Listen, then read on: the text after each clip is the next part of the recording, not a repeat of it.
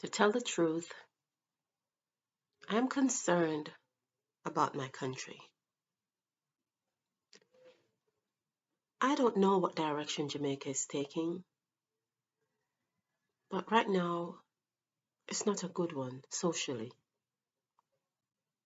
You see, Jamaica used to be known as a country that did not stand for foolishness, you know, um, and particularly not from our children. But now we seem to embrace the foolishness. We promote it. We even encourage it in our children. I mean, there was a time when children knew to behave in school, and don't let a teacher have to call your parents about your bad behavior.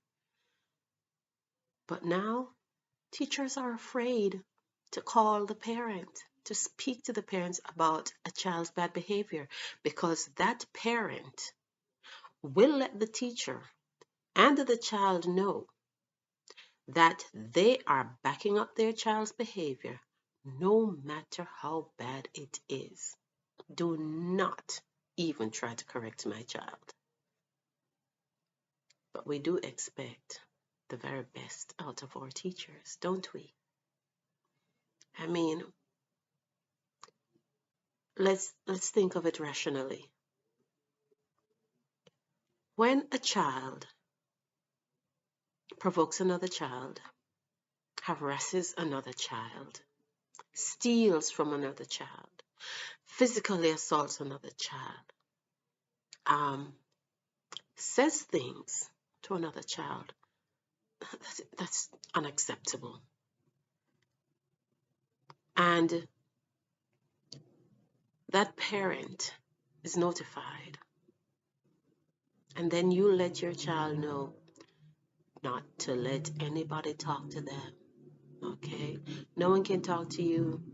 I got your back. It's telling the child to do whatever they want to do, which means that we are raising bullies and terrorists and gangsters. That's what we're doing. Okay? Because there's a feeling that they can do anything and no one can hold them responsible for it. So now, after generations of doing this, what do we have? What do we have? We have a society where young adults, teenagers are so disrespectful and care nothing for anyone. Nothing. The elderly are under siege. They are disrespected and marginalized. They are spoken down to. They are, they are yelled at. They are called names. I feel, I've witnessed this and I feel so bad. Sometimes you don't know what to do. And sometimes I do say something. And oh, the response that I get from those young people, you know, the things that they say to the children. They swear to and at the children. Think of the most vulgar swear word you can think of, and they use that to the children and at the children. The kind of music that they play in the presence of the elderly, children, anyone. The violence that is coming out through the um, not radio waves, but in the area, the vicinity of where the music is playing, and sometimes up to a 2-mile radius, because that is how loud it is. The violence that says that you should kill people and how you should do it and what you should do if there are any witnesses. the lewdness in the music. Little children are going to school and coming from school, 6-year-old, 7-year-old, 8-year-old, and both boys and girls. They are hearing about things that a man and a woman do in the bedroom, and it is uncensored. Yes, it is in explicit detail.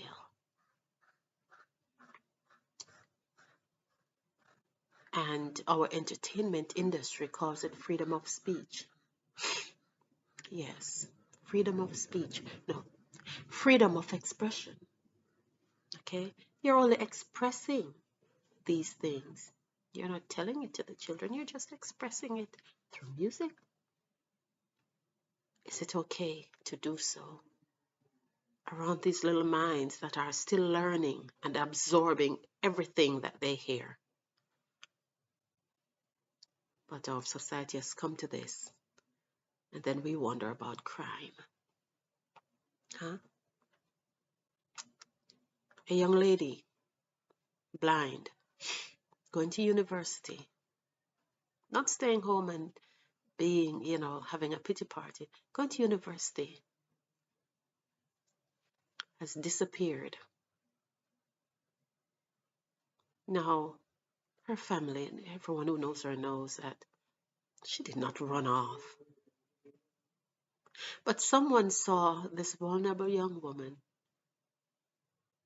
and found her to be the perfect target.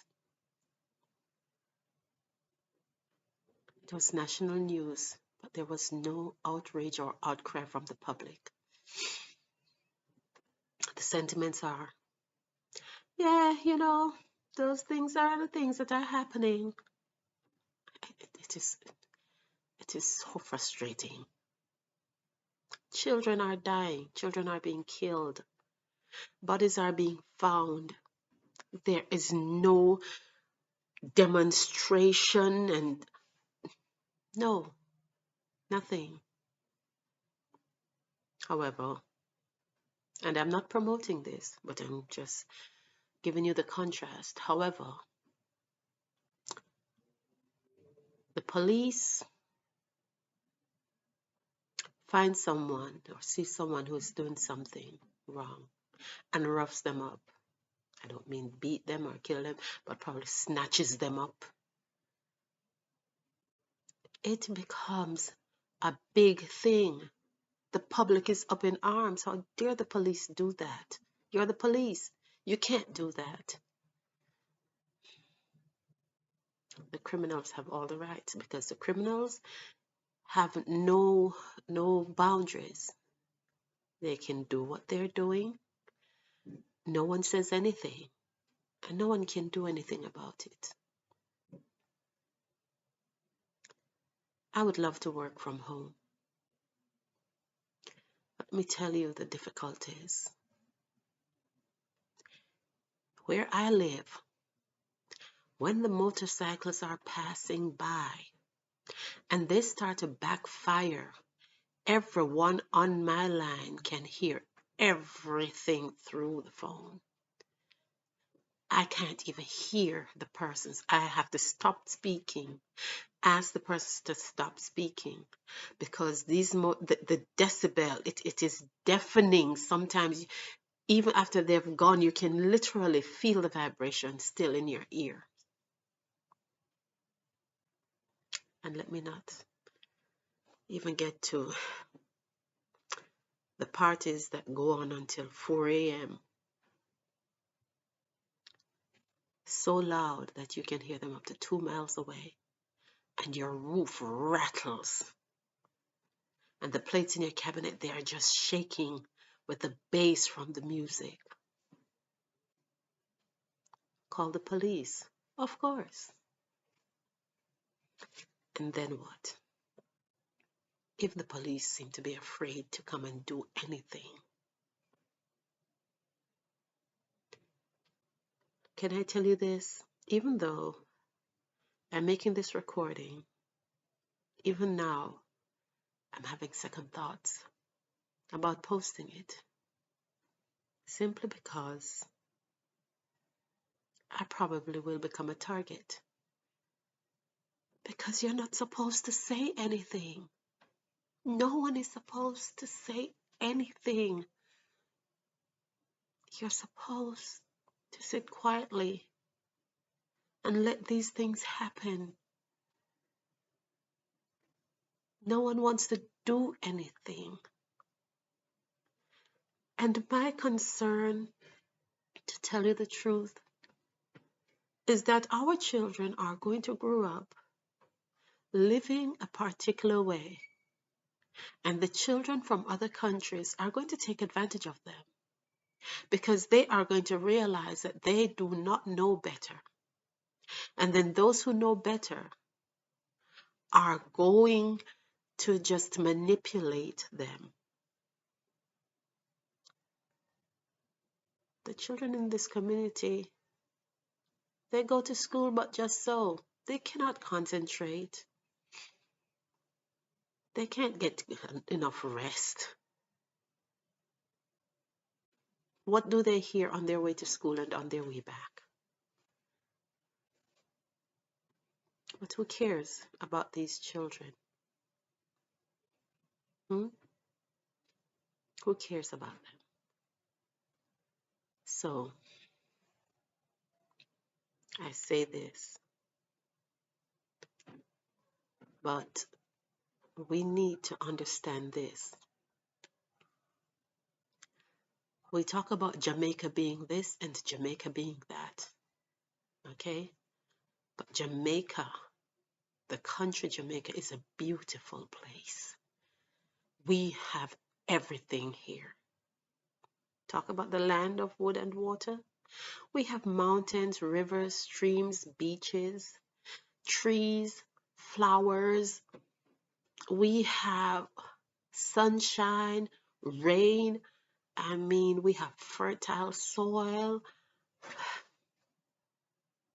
Jamaica is beautiful. But it's as if we have been given a Bugatti, Lamborghini.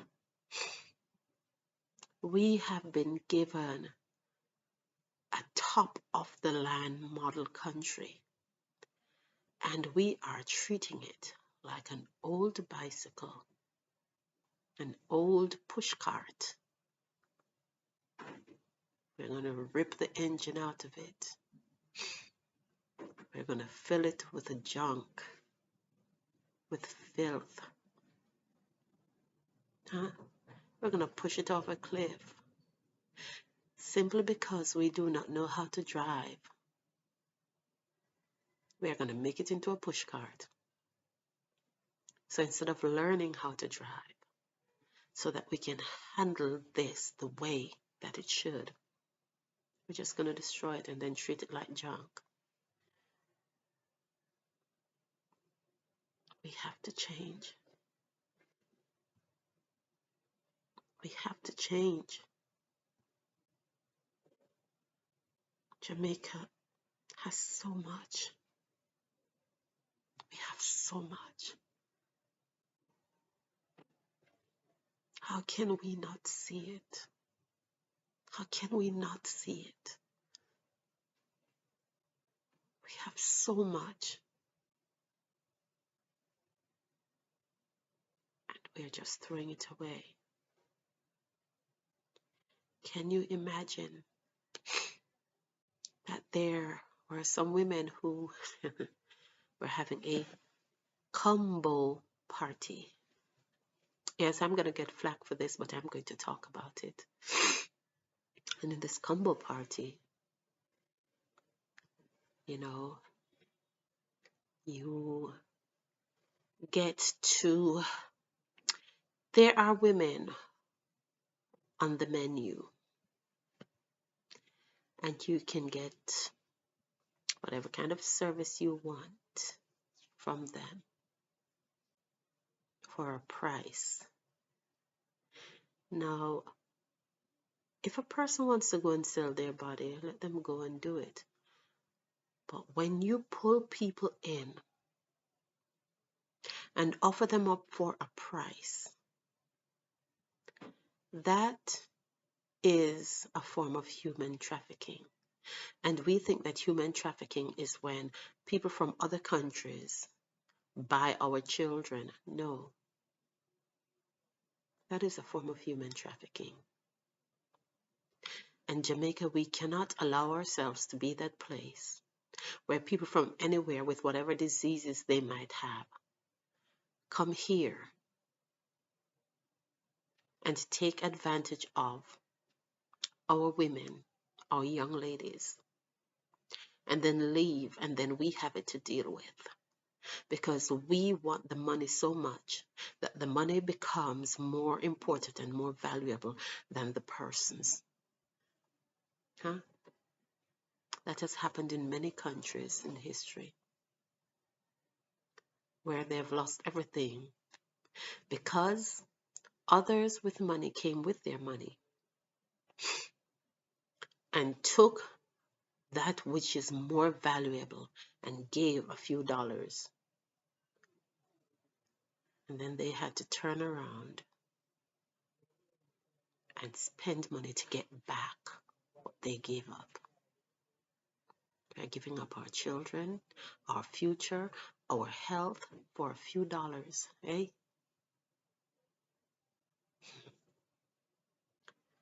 How are we going to get it back?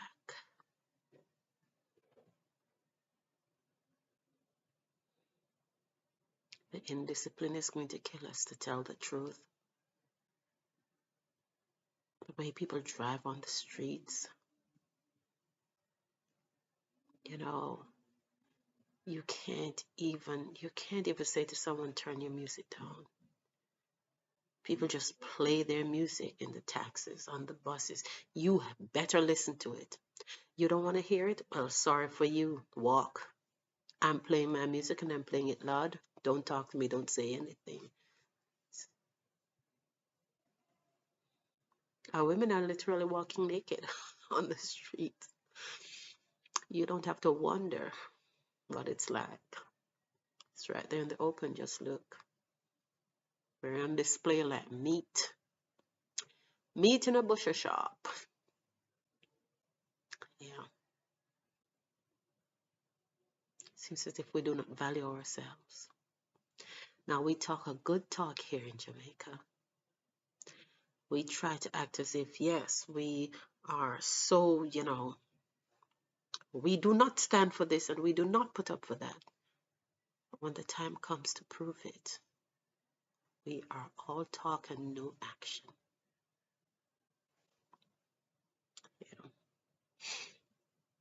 To tell you the truth,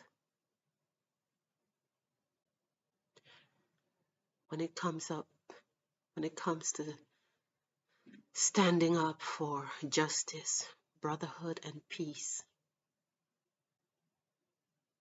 I find that as Jamaicans, we're all just lying down quietly, to tell the truth.